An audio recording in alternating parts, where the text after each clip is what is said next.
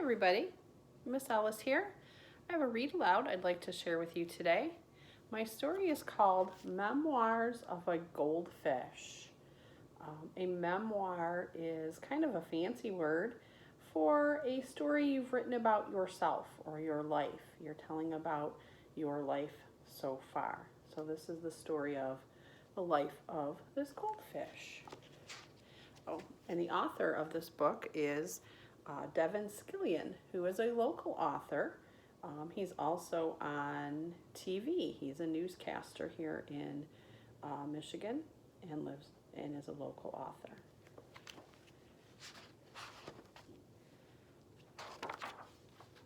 Okay, here we go. Day 1, I swam around my bowl.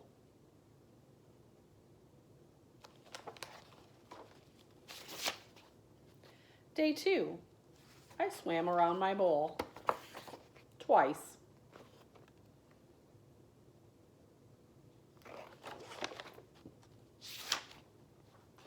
Day 3, I swam around my bowl.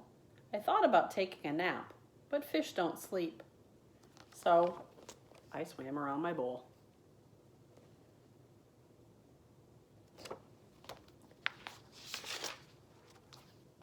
Day 4, I got some company today. I don't like the looks of him one bit. He doesn't say anything. He just bubbles.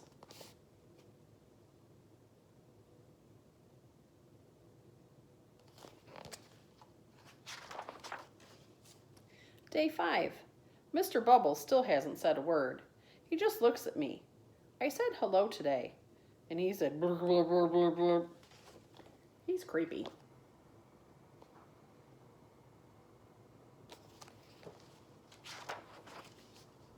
Day 6, today my bowl looks like a garden.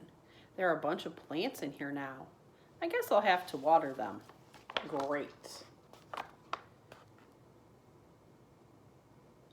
Day 7, Mr. Bubbles and I now have company. He's a snail. He says his name is Mervin, and he likes to eat the slime off the inside of the bowl. He's disgusting.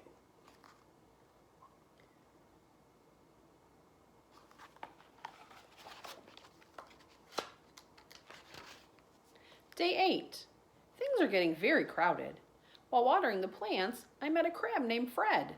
I offered him my fin, and he nearly cut it off. Even Mr. Bubbles is afraid of him. Fred says I should stay on my side of the bowl. Look, I said, the whole bowl is my side of the bowl. He snapped his claw, and Mervin fainted. Oh, I gotta get out of here.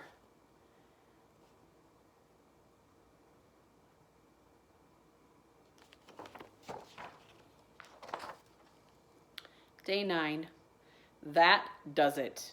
My bowl now contains a sunken pirate ship, 2 guppies named Rhoda and Clark, and an angelfish named Cha-Cha, who says she's from Hollywood. I can't turn around without bumping into something. At least Mervin is happy. There's more gunk on the side of the bowl every day. How crowded it's getting in this bowl. Yikes.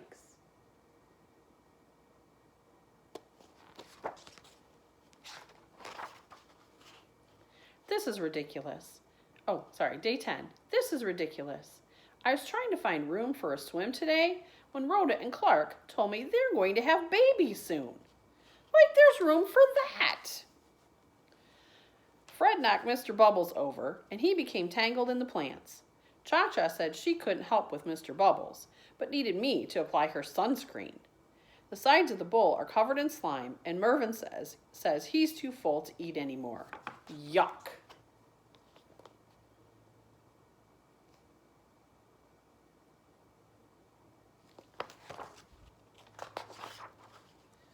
Day 11.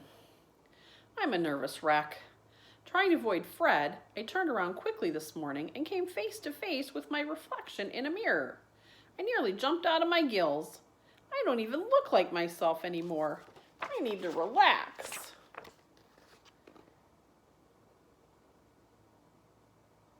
Day 12. I've had it. Rhoda and Clark were racing around the bowl. Fred was fighting with Mr. Bubbles. Mervin kept belching, and Cha-Cha told me I was standing in her light. I just lost it. "This is my bowl," I screamed. "I want my bowl back."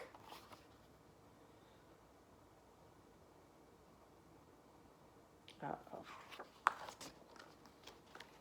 Somebody's upset. Day 13.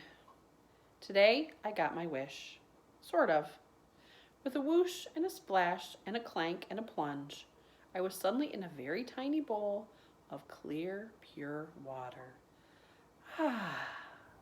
It was small, but it was all mine. It was heavenly. I swam around my new bowl. Twice. But I started to wonder what had happened to everyone. When I last saw Mr. Bubbles, he was tangled in green. Who would help him? Poor Mervin was probably sick as a dogfish. He needs me. Cha-Cha will get a sunburn without me around. What about Rhoda and Clark? Did Rhoda have her baby guppies? There are probably 1,000 of them. They need me to make guppy bottles and change guppy diapers. Even Fred needs me. I'm the only one who can really talk to that crabby guy. Have they even noticed I'm gone? Does anyone miss me?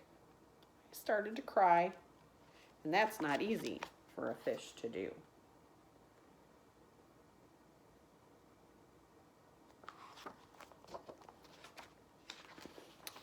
Day 14. After a long, sad night, there was a whoosh and a splash and a clank and a plunge, and I was suddenly sprayed in the face by Bubbles. Mr. Bubbles gurgled a happy tune. Rhoda and Clark raced by me like 2 speedboats, followed by 12 of the cutest baby guppies you've ever seen. Mervin waved his tail at me from the nice clean glass of our enormous tank. Cha-Cha sat happily beneath an umbrella. I think even Fred missed me. We got a nice new big tank. Everybody has space now.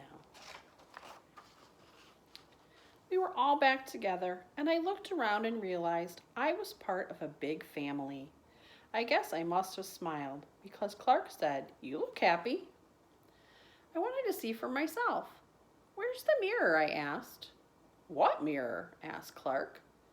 "We don't have a mirror," said Fred. "No mirror?" No wonder I didn't look like myself. It wasn't me I was seeing. Remember before when he said he looked at his reflection?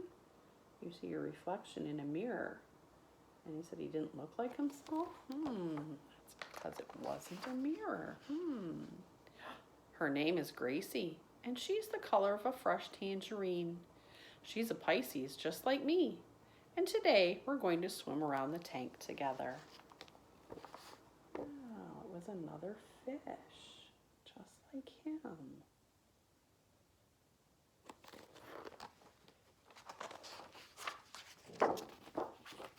Twice. The end. I hope you enjoyed the story. Make sure to keep reading at home, and we'll see you again later. Bye.